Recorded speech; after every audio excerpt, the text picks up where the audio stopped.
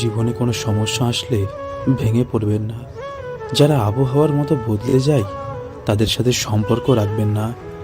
আসলে পৃথিবীর নিয়ম এমনই, কেউ 5 তলা বিল্ডিংয়ে থেকেও শান্তিতে ঘুমাতে পারে না, আবার কেউ গাছতলায় শুয়ে থেকেও শান্তিতে ঘুমাতে পারে। যে জিনিসটা আপনি হাজারো আকুতি মিনতি করে সৃষ্টিকর্তার কাছে যাওয়ার পরেও সৃষ্টিকর্তা আপনাকে দেয়নি, মনে করবেন সেই জিনিসটা আপনার জন্য উপকারী ছিল না।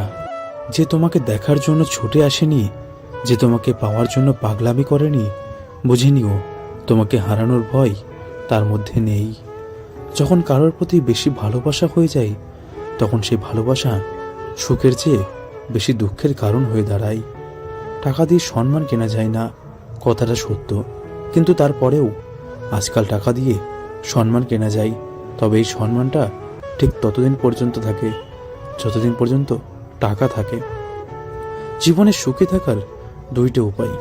নাম্বার 1, হয়তো পরিস্থিতিকে বদলে দিতে হবে। নাম্বার 2, নয়তো পরিস্থিতির সাথে নিজেকে মানিয়ে নিতে হবে।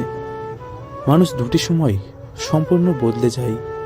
1, হয়তো জীবনে স্পেশাল কোনো মানুষ আসলে, নয়তো স্পেশাল কেউ তার জীবন থেকে চলে গেলে। কাউকে সত্যি ভালোবাসলে খুবই বেহায়া হতে হয়, মিথ্যা কথাগুলোকেও সত্যি বলে মেনে নিতে হয়, বেশিরভাগ রাত না ঘুমিয়ে কাটাতে হয়, নিজের ইচ্ছাগুলোর বিসর্জন দিতে হয়। কিছু মানুষ কখনোই জানতে পারবে না যে হারিয়ে ফেলার পরেও তাদের আমরা কতটা ভালোবাসি। অবহেলা বোঝানোর জন্য ভাষার প্রয়োজন হয় না, ব্যবহারই যথেষ্ট। বছরের পর বছর একটা সংসারে বউ হয়ে থাকার পর অনেক নারীই বলতে পারে না যে এই সংসারটা আমার। বেঈমানদের কখনো অনুশোচনা হয় না, আর বহুরূপীদের ভালোবাসার মানুষের কখনো অভাব থাকে না। শব্দের শক্তিতে কখনো কম ভেবো না। ছোট্ট একটি হ্যাঁ এবং ছোট্ট একটি না অনেকের জীবন বদলে দিতে পারে। বিনা অর্থে তো কাফনের কাপড়ও পাওয়া যায় না, তাহলে বিনা অর্থে নিজের পরিবার ও সবচেয়ে কাছের মানুষটা থেকে কিভাবে আশা করা যায়? সূচনায় ঠকে যাওয়াটা সহজেই মেনে নেওয়া যায়, উপসংহারে ঠকে যাওয়াটা ভীষণ যন্ত্রণায় পরিণত হয়।